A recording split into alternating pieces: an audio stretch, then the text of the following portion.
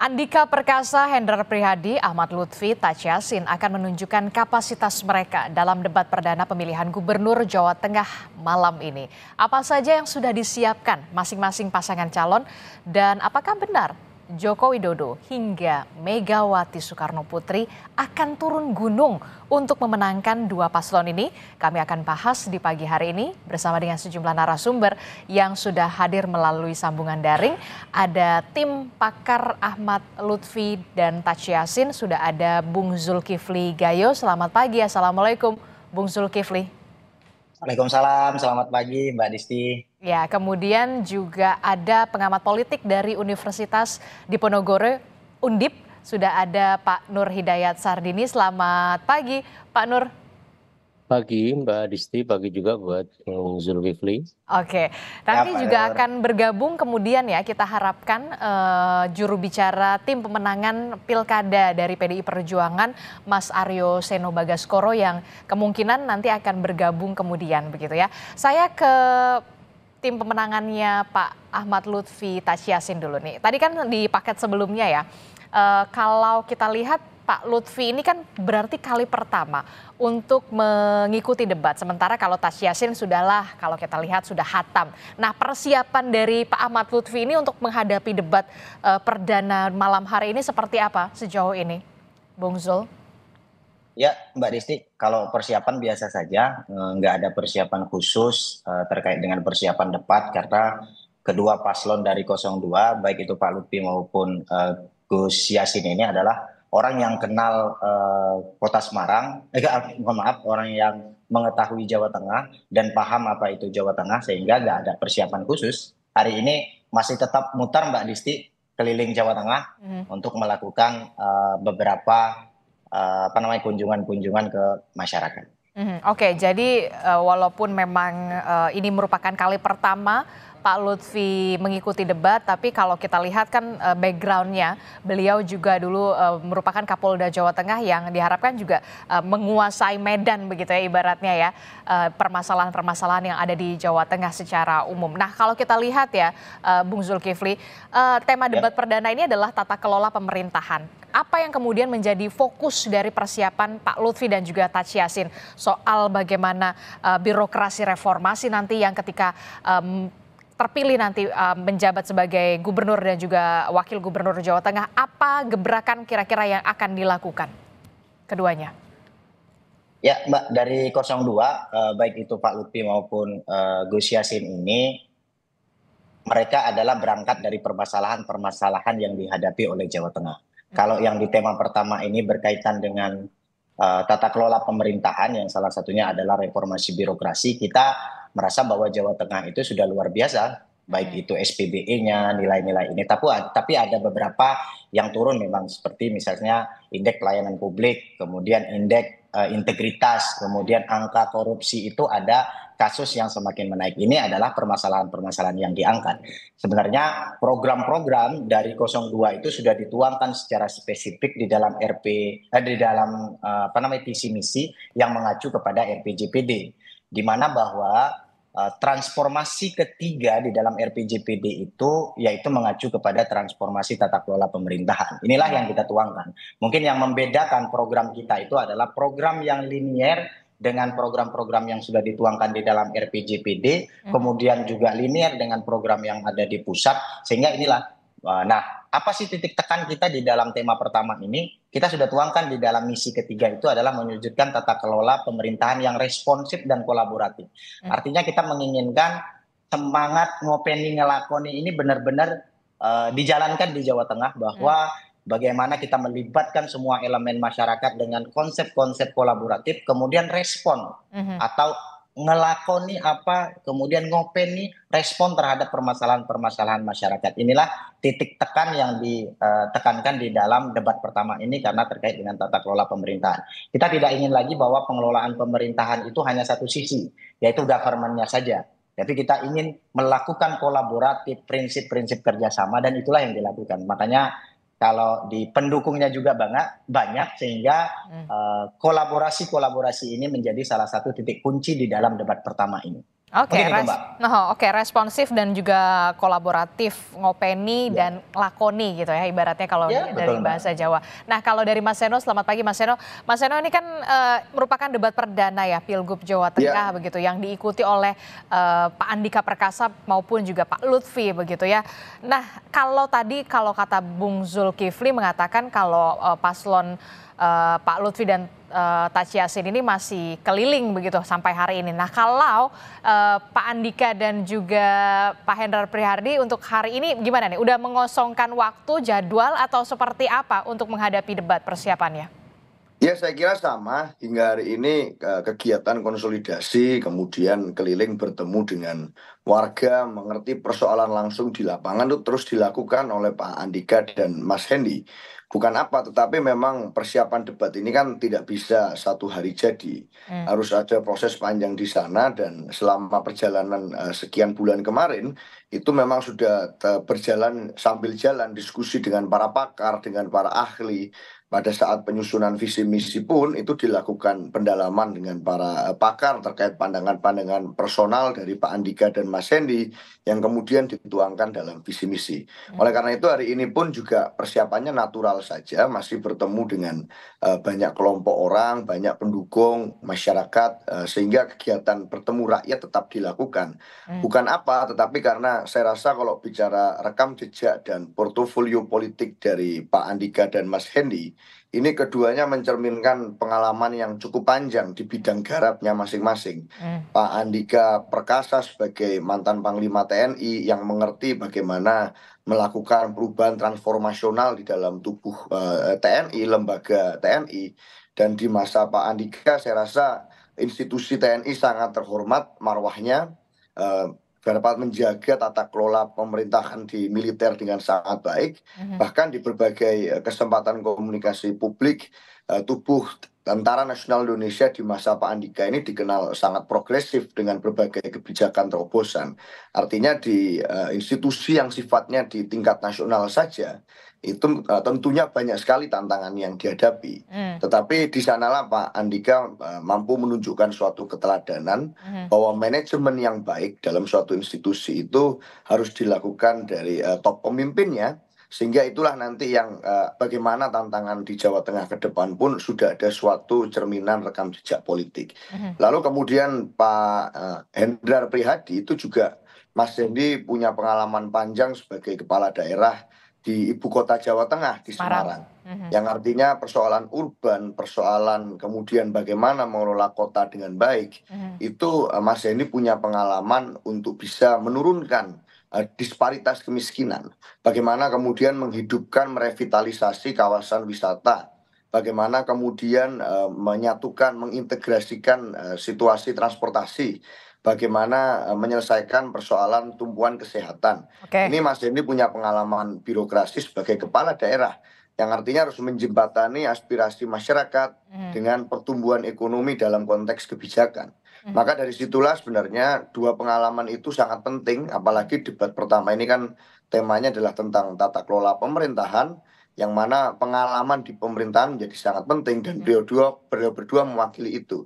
Satu pernah di nasional, satu pernah kepala daerah, dan dua-duanya sangat berhasil. Saya rasa itu modal debat pada hari ini, Mbak. Jadi Anda melihat kolaborasi antara Pak Andika dan juga Pak Mas Hendi ini atau Pak Hendra Prihadi ini klop lah ya untuk menghadapi debat perdana ini, apalagi temanya soal tata kelola pemerintahan dan juga reformasi birokrasi. Betul, sangat siap, saya yakin. Oke, saya ke Pak Nur Hidayat. Pak Nur, Anda melihatnya debat nanti akan seperti apa gitu? Sesengit apakah debat nanti malam dengan tema tata kelola pemerintahan dan juga reformasi birokrasi? Kalau kita lihat kan dua paslon ini untuk cagupnya begitu, Pak Lutfi dan juga Pak Andika ini kan dua-duanya ini merupakan kali pertama keduanya ini mengikuti debat. Anda melihatnya ekspektasinya akan seperti apa nanti? Ya, saya sebut saja bahwa kedua paslon ini masih dalam formasi yang rata-rata ya. Kita memang bisa lihat dari dokumen visi misi kedua paslon yang diserahkan oleh keduanya kepada KPU, dan kita bisa akses itu masih dalam dokumen yang sebutlah dalam nada datar, ya. tidak terlihat dan memang tidak mungkin kita akan melihat secara lebih pasti tentang misalnya gebrakan-gebrakan dalam sisi maupun sektor tata kelola pemerintahan. Mhm. Apakah misalnya diungkap dan itu tidak atau belum diungkap dan boleh jadi nanti akan kelihatan apa sih masalah-masalah 5 masalah utama dalam tata kelola pemerintahan di Jawa Tengah, Mhm. terutama jajaran birokrasi, Mhm. baiklah misalnya di level provinsi maupun juga di kabupaten kota. Mhm. Kendatipun kabupaten kota tentu saja kita harus tahu bahwa itu adalah ada otonomi daerah tersendiri. Mhm. Maka sebenarnya bagaimana kedudukan seorang gubernur dan wakil gubernur kita bisa lihat dari undang-undang pemerintahan Mhm. dan jika itu diacu pada dokumen visi misi memang masih sangat normatif ya, belum kelihatan. Nah, Mhm. barangkali nanti akan kelihatan kalau sudah saling lempar Pertanyaan. pertanyaan, Mhm. ya, pertanyaan yang menurut saya itu penting untuk kita menggali ya, karena kepemimpinan itu kan juga responsidia di dalam cara melihat keadaan, dalam mengantisipasi keadaan dan seterusnya. Mhm. Misalnya jujur saja secara umum Jawa Tengah ini kan agak kepepet ya, bukan Mhm. hanya karena di wilayah tengah yang memang kata-katanya jadi tengah, tapi jika dibandingkan dalam banyak hal dengan Jawa Timur, Jawa Barat, Mhm. sebagian juga DKI kita memang masih kalah gitu ya. Mhm. Nah, sebenarnya yang penting untuk dilakukan oleh seorang gubernur dan dibantu oleh wakil gubernur adalah misalnya kenapa sih kita kelebihan populasi ya di Jawa Tengah ini ada 37,4 juta Heeh. populasi kita. Mhm. Kemudian masalah di Pantura yang masih menjadi tumpuan Oke. perekonomian dan dinamika ekonomi masyarakat Jawa Tengah misalnya disparitas kawasan tadi Pak Zulkifli dan Pak Seno menyebut tentang kemiskinan misalnya masih besar gitu ya. Mhm. Kemudian ketergantungan kita, produk kita dari luar juga masih cukup tinggi. Mhm. Keunggulan daerah kita masih minim jika dibandingkan dengan 2 provinsi yang memepetnya. Mhm. Infrastruktur dengan konektivitas tadi sudah disebut, itu memang perlu diberi tekanan dan strategi apa yang perlu dilakukan apa yang ditawarkan oleh kedua paslon ini.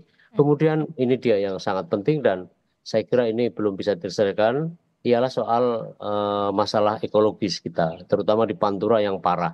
Mhm. Dan itu beberapa titik seperti di Demak maupun Pekalongan Mhm. dan Malang itu masih ada beberapa titik yang permanen tampaknya. Mhm. Nah, konektivitas dan kemudian soal-soal seperti itu tampaknya harus menjadi perhatian dan biarlah masyarakat Jawa Tengah sebagai pemilih nanti akan melihat Mhm. kedua paslon ini titik tekannya adalah pada bagaimana strategi. Kalau dokumen itu kan kita bisa pelajari dan kita bisa bikin Aha. ya. Tapi ketika kemudian Implementasinya akan meresponsnya seperti apa? ya top of mind di otak kepala kedua paslon inilah Aha. yang kemudian kita tunggu gitu ya. Kira-kira gitulah.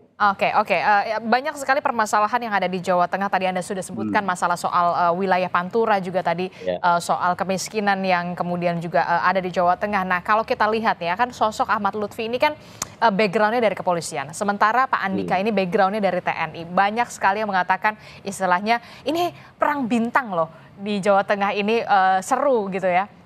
Tapi kemudian Ya. yang menarik adalah keduanya ini menggandeng sama-sama mantan kepala daerah. Taci Yassin, mantan wakil gubernur Jawa Tengah. Sementara Mas Hendy ini merupakan mantan wali kota Semarang. Apakah kemudian Anda melihat trik ini akan berhasil membawa keduanya paham atau menguasai soal tata kelola dan juga pemerintahan, termasuk juga soal reformasi birokrasi. Kita tahu kalau mau urus sana sini paling nggak butuh waktu, bahkan kita gitu ya harus cuti dulu. Nah, ini gimana nih? Tentu saja saya tidak bisa menduga hanya karena latar belakang Polri dan latar belakang TNI Aha. lalu tidak bisa atau bisa gitu ya. Ini kan problemnya adalah sejauh mana kemudian beradaptasi diri gitu. Dengan misalnya mempelajari, membaca, mendialogkan dengan mereka yang disebut pakar atau praktisi gitu ya. Itu tentu saja akan meninggikan kapasitas untuk meresponsi terhadap satu masalah. Mhm. Nah, saya percaya karena memang belum diuji oleh kedua-duanya dalam Mhm. tampilan nanti itu dan baru kita akan lihat kira-kira setelah selesai baru kita akan lihat sedikit banyak. Itu pun juga belum tentu seluruhnya akan menggambarkan atas kemampuan. Tapi kedua-duanya saya meyakini karena orang yang terlatih ya mereka berasal dari unit kekuasaan pemerintahan yang mapan Mhm. tentu saja punya peluang karena orang Polri juga bisa bagus, orang TNI juga bisa bagus Mhm. dan fakta itu tersedia. Tapi saya akan membedakannya dari responsi mereka, dari kedalaman mereka, dari terobosan-terobosan yang mungkin tidak menggebrak-gebrak, tetapi sekurang-kurangnya memberi alternasi. Terutama orang seperti saya misalnya akan mampu ya, dan semua semua orang saya kira akan mampu membedakan mana ini yang sekedar normatif, mana ini yang akan sekedar dengan sumber daya yang ada Jawa Tengah ini.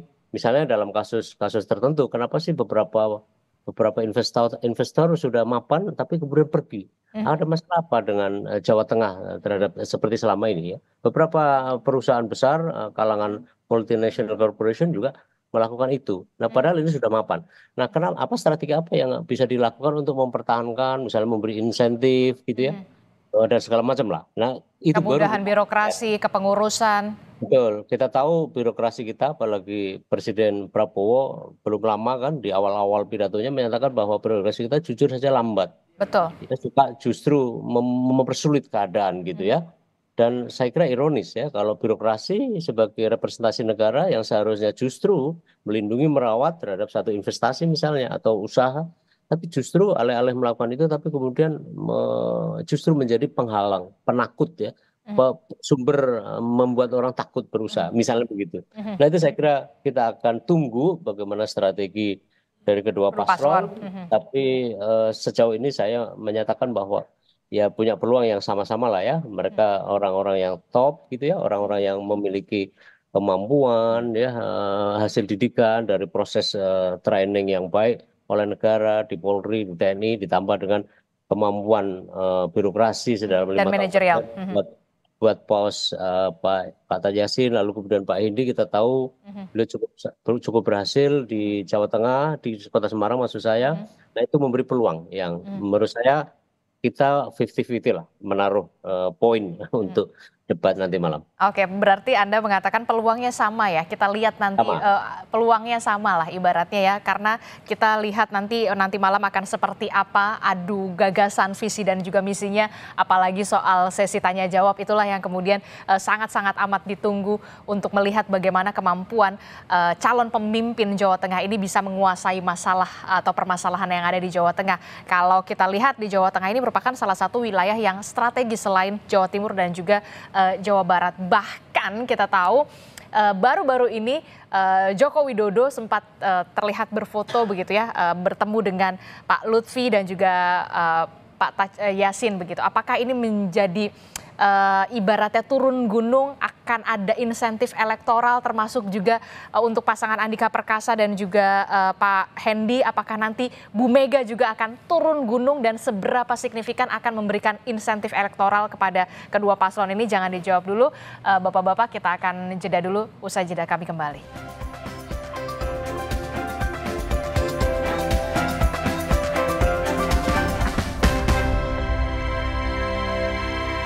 Terima kasih Anda masih bersama kami di Sapa Indonesia Pagi. Saudara, masih membahas soal debat atau persiapan debat dari Pilkada Jawa Tengah.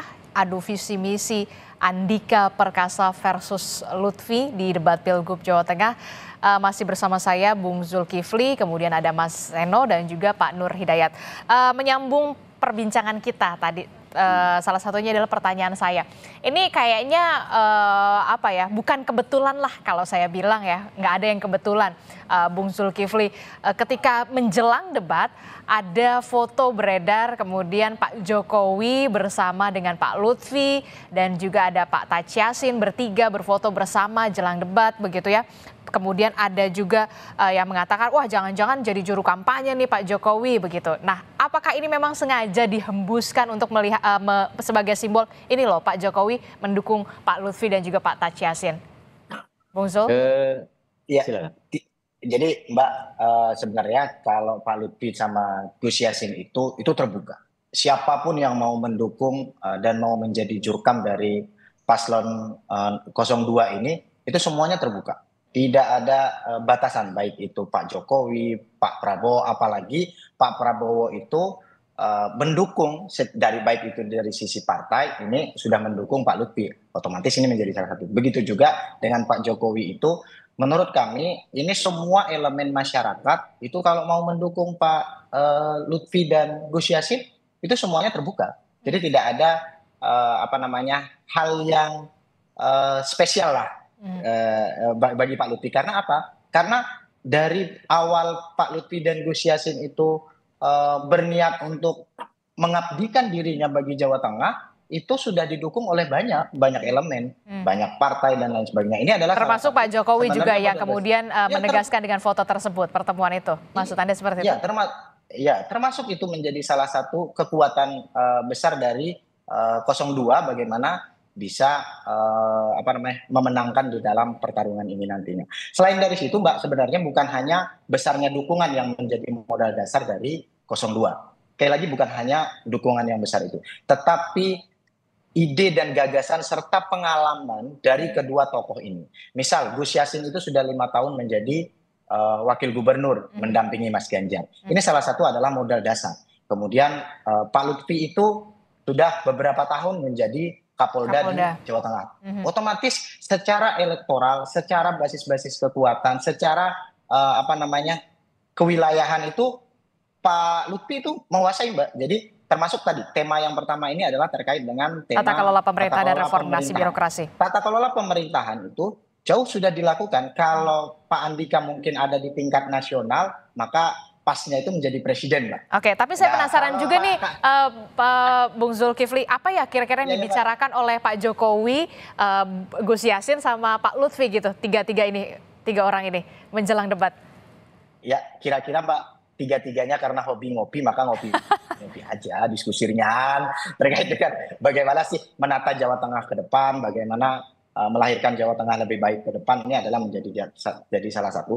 Kemudian yang selanjutnya, Mbak, memang di dalam tagline atau di dalam visi dari 02 itu kan menyampaikan bahwa Jawa Tengah maju berkelanjutan. Berkelanjutan itu adalah bagaimana bahwa mengintegrasikan dari pusat ke daerah, kemudian ke kabupaten kota, ke desa, kemudian juga melanjutkan program-program yang sudah ada. Ini adalah menjadi salah satu. Salah satunya adalah program Pak Jokowi yang sudah luar biasa banyak ada di beberapa tempat itu. Di agar dilanjutkan lagi ya.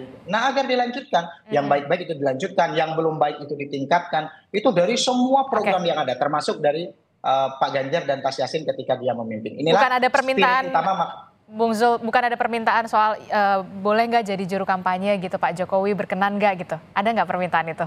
Ya tadi kami sampaikan, kita mengajak semua elemen untuk memenangkan Gus Yassin. Tidak ada terkecuali. Kalau Mbak Isti juga mau, nanti kita ajak deh, Mbak. Aduh, jangan. Gitu ya, Pak ya. Oke, saya ke Mas Seno. Mas Seno, ini kalau kita lihat ya, kalau Pak Jokowi sudah ngopi bareng sama Pak Lutfi, Gus Yassin. Nah, ibaratnya banyak sekali yang kemudian berasumsi, wah udah pada turun gunung nih untuk Jawa Tengah. Nah, kalau Bu Mega sendiri seperti apa ke pasangan Andika dan juga Pak Andika dan juga Mas Hendy?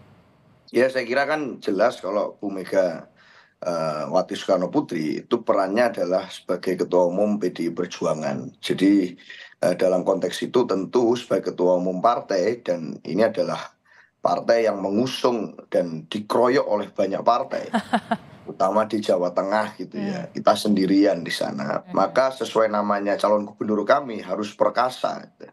Dan dalam konteks itu maka Bu Mega turun sebagai Ketua Umum partai untuk menyolidkan seluruh struktur mesin politik partai untuk bergerak serentak. Udah ke Semarang berarti ya, betul ya?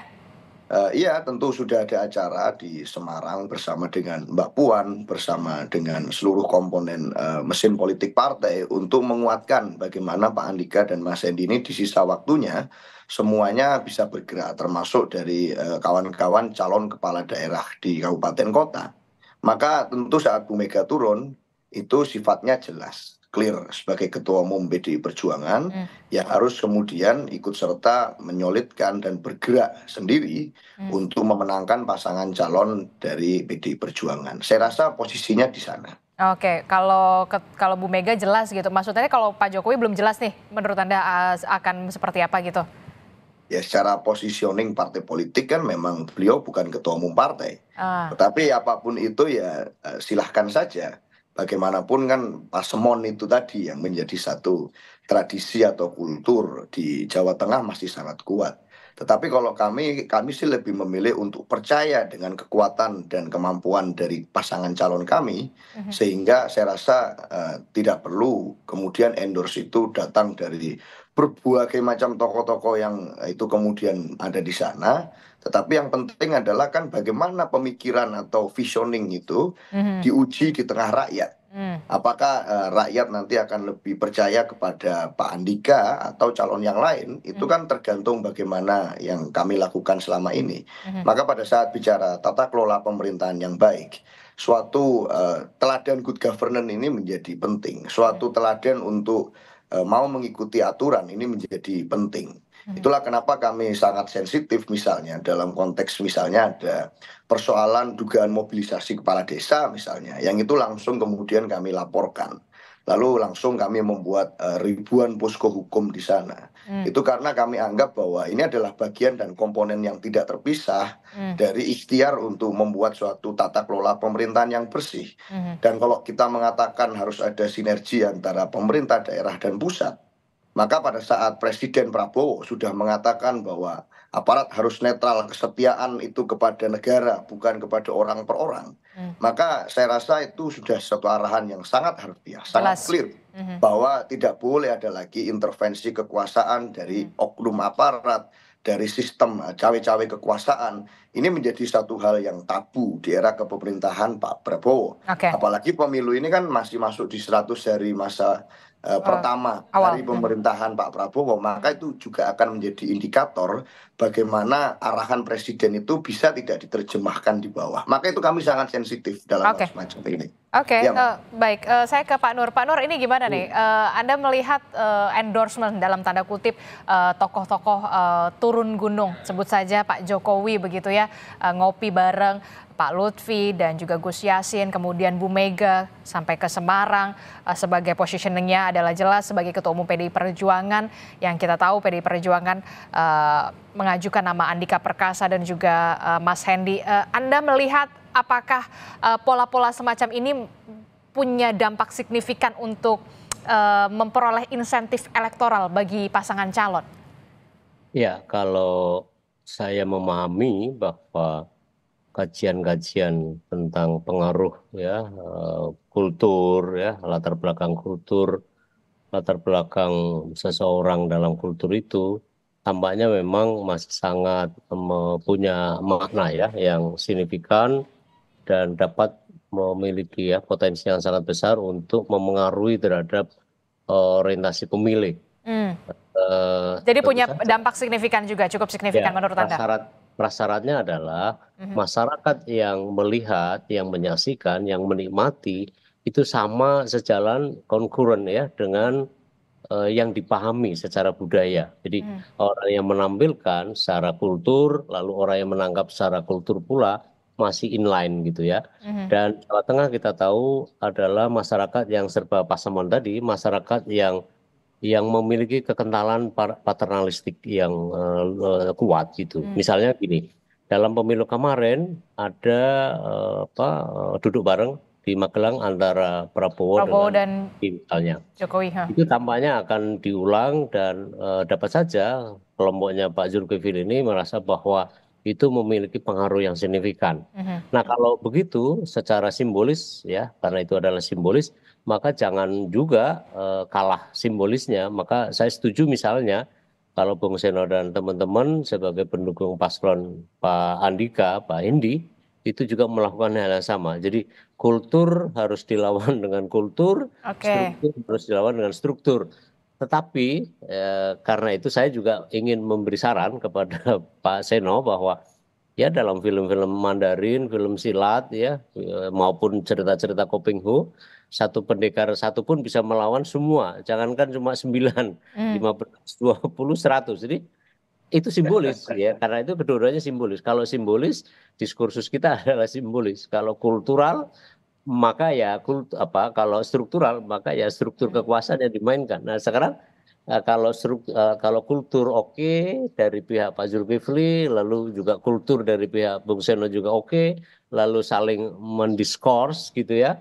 maka itu akan menarik. Nah, tinggal sisanya, itulah sisanya nanti akan menjadi resource kemenangan buat paslon gitu. Oke, jadi Nah, menurut Anda itu pasangan yang didukung oleh Mas Seno juga harusnya punya ada simbol lagi gitu ya? punya simbolis lain, Aha. ditambah dengan penghiburan untuk kemudian tetap aja semua orang punya peluang karena basis dari pemenangan untuk pilgub ya, pilpres itu adalah magnetika terhadap figur kesosokan ya. Lain-lain itu juga bukan tidak berarti, tetapi paling kenceng adalah di situ gitu ya. Aha. Dan saya melihat kultur harus dilawan dengan kultur, struktur tampaknya harus dilawan dengan struktur juga gitu. Kira-kira gitu Mbak. Oke, tampaknya sudah jelas kultur harus dilawan dengan kultur, struktur harus dilawan dengan struktur. Mas Seno, apakah nanti akan ada simbol-simbol nanti yang akan di up juga ke publik begitu pertemuan siapa Pak Andika atau sama Mas Hendy atau sama siapa begitu?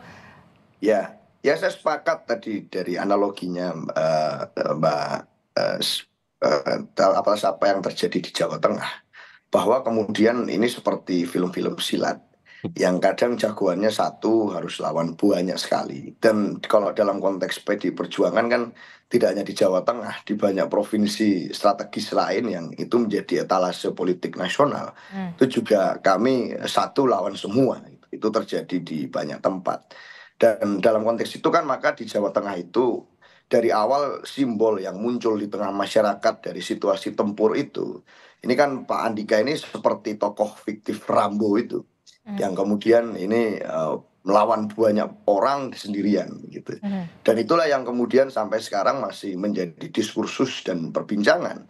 Jadi tokoh Rambo ini meskipun dia sendirian, dia punya keberanian dan keperkasaan untuk mengalahkan lawan-lawannya dengan patriotis gitu. Nah, ini yang menjadi simbol selama ini. Nah, tapi dalam konteks pertemuan-pertemuan, saya rasa memang selama ini intensitas pertemuan Pak Andika dan Mas Hendy itu di tengah masyarakat. Dan itu yang menjadi suatu ciri khas pada saat turun selalu disambut dengan euforia yang luar biasa di bawah.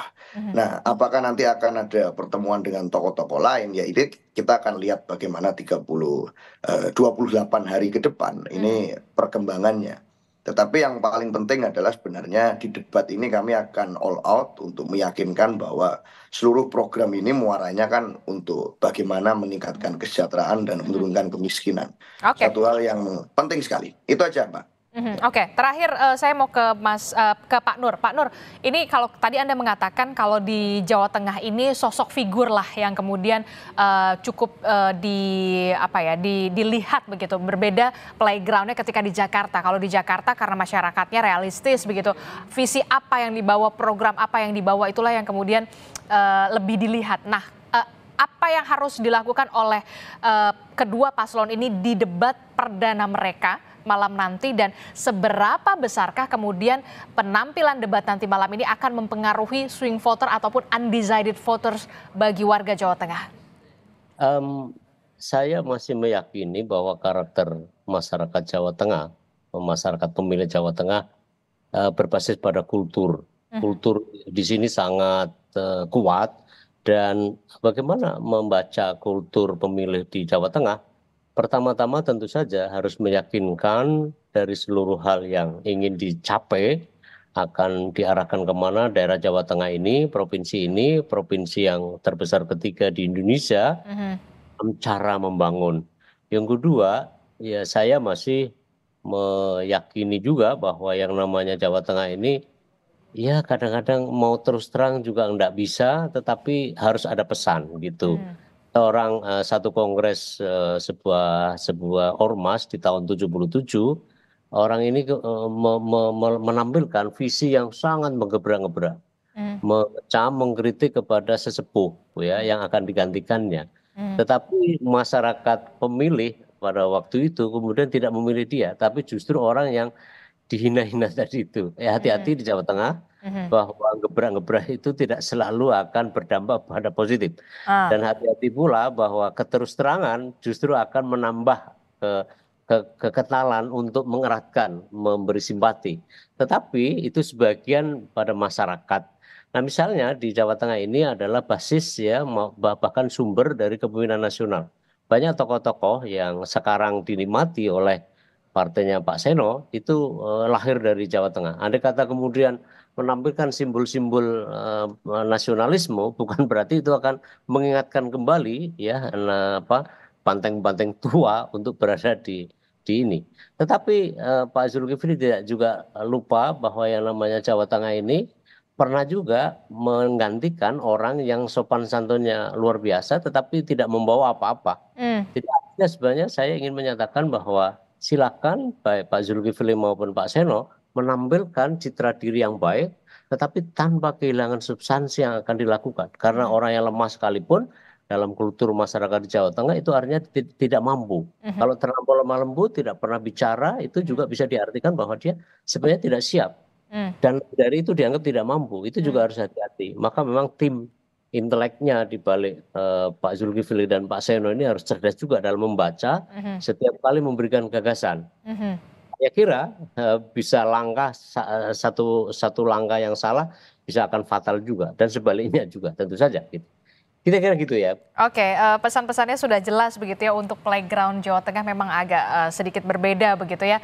Baik untuk jagoannya Bung Zulkifli dan juga Mas Seno. Tentu saja kita nantikan debat nanti malam akan seperti apa, sesengit apa debat Pilgub Jawa Tengah, termasuk juga kita akan melihat bagaimana program dan juga visi misi yang dibawa oleh Pak Lutfi dan juga Pak Andika untuk menjadikan Jawa Tengah lebih baik 5 tahun ke depan. Terima kasih Bung Zulkifli sudah bergabung bersama kami, Mas Seno, Pak Nur, terima kasih sudah bergabung. Assalamualaikum, selamat pagi, sehat selalu Bapak-Bapak. Waalaikumsalam.